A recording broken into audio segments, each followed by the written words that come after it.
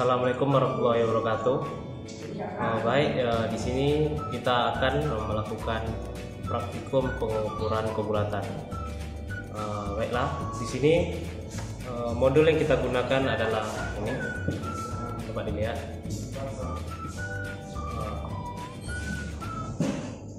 Yang pertama adalah judul dari praktikum kita adalah pengukuran kebulatan. Tujuan dari pengukuran kebulatan adalah pertama mengetahui prinsip kerja dari alat ukur mengukur kebulatan. Yang kedua adalah mengetahui proses-proses dalam mengukur kebulatan. Yang ketiga adalah mampu menganalisis data-data yang diperoleh dalam pengukuran kebulatan. Selanjutnya adalah prinsip kerja dari pengukuran kebulatan. Yang pertama adalah kita menggunakan alat yang dinamai dengan dial indikator. Dial indikator mempunyai prinsip kerja di mana mengubah isyarat sensor dari pergerakan translasi menjadi rotasi. Pergerakan translasi di sini adalah sensor yang naik turun dari dial indikator. Kemudian pergerakan dari rotasi itu adalah perputaran jam pada dial indikator. Dan selanjutnya adalah bagian-bagian dari dial indikator. Yang pertama adalah spindle, merupakan komponen yang berbentuk jarum yang terletak di bagian bawah dial indikator, di mana fungsinya sebagai input menuju dial indikator. Yang kedua adalah dial frame, merupakan body atau cover yang menyelimuti mekanisme pengukuran di dalam dial. Yang ketiga adalah numeric indikator, berbentuk seperti angka petunjuk. Angka ini biasanya diputar melalui outer frame untuk melakukan kalibrasi. Yang keempat adalah fine adjustment.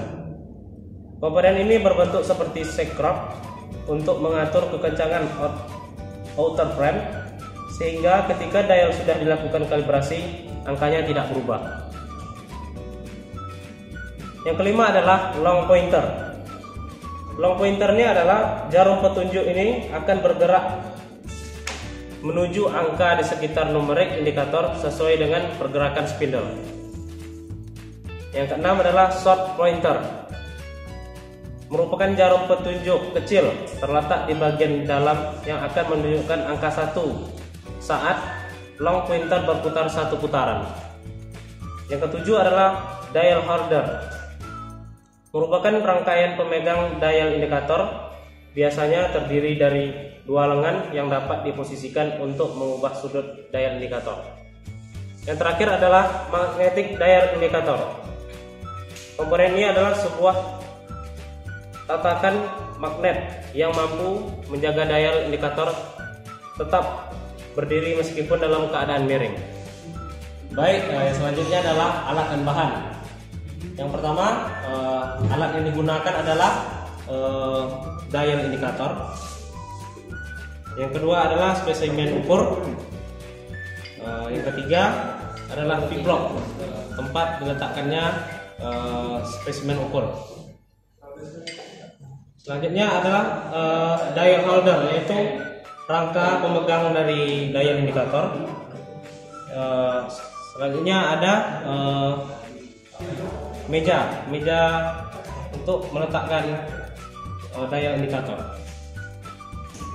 Yang selanjutnya adalah pelaksanaan praktikum.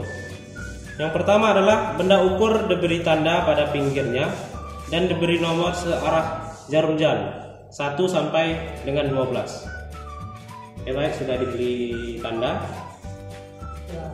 Yang selanjutnya adalah letakkan benda ukur pada V-block.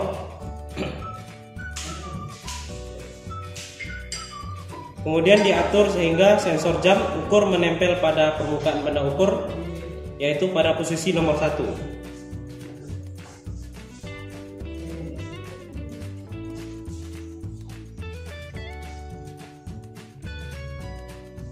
Sudah di posisi nomor 1. Yang selanjutnya adalah atur ketinggian sensor jam ukur sehingga jarum menunjukkan 0.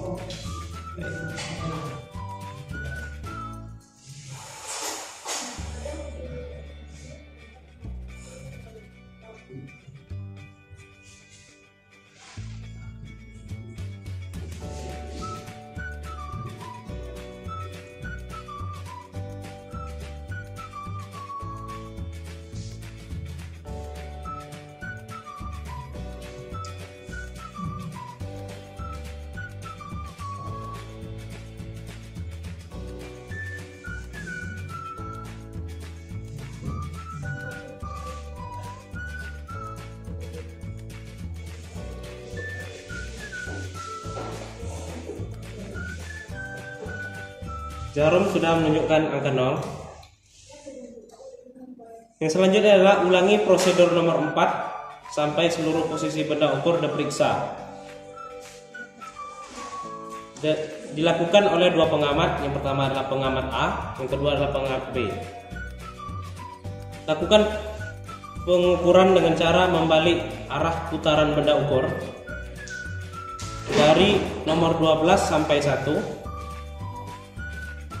Dengan tanpa mengubah setup, ulangi prosedur nomor 4 sampai nomor 6 dilakukan oleh pengamat B, di mana kedudukan sensor jam ukur tidak tepat pada posisi garis yang bernomor, melainkan lebih kurang pada tengah-tengah selang antara kedua garis bernomor. Dari selang di nomor 1 sampai dengan nomor 12 dan 1, kemudian diputar balik. Ya, maksudnya seperti ini.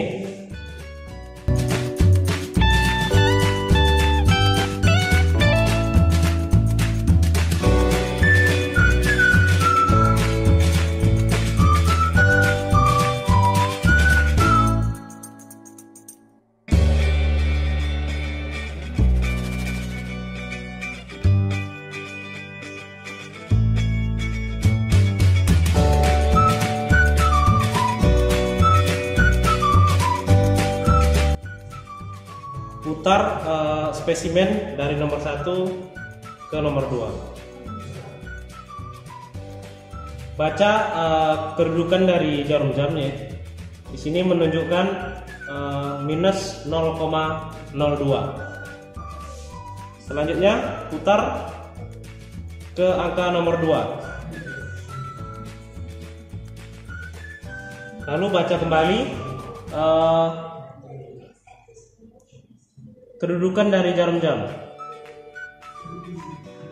Di sini adalah minus 0,01. Perpindahan dari 0,02 ke 0,03. Lakukan langkah berikut sampai ke titik 12. Titik 12.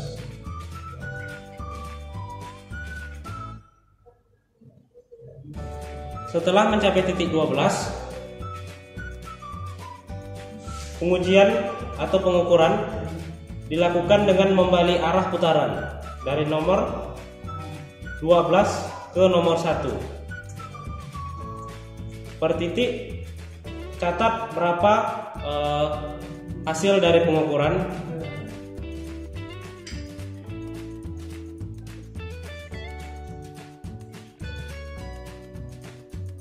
Kemudian lakukan proses analisa pengukuran kebulatan.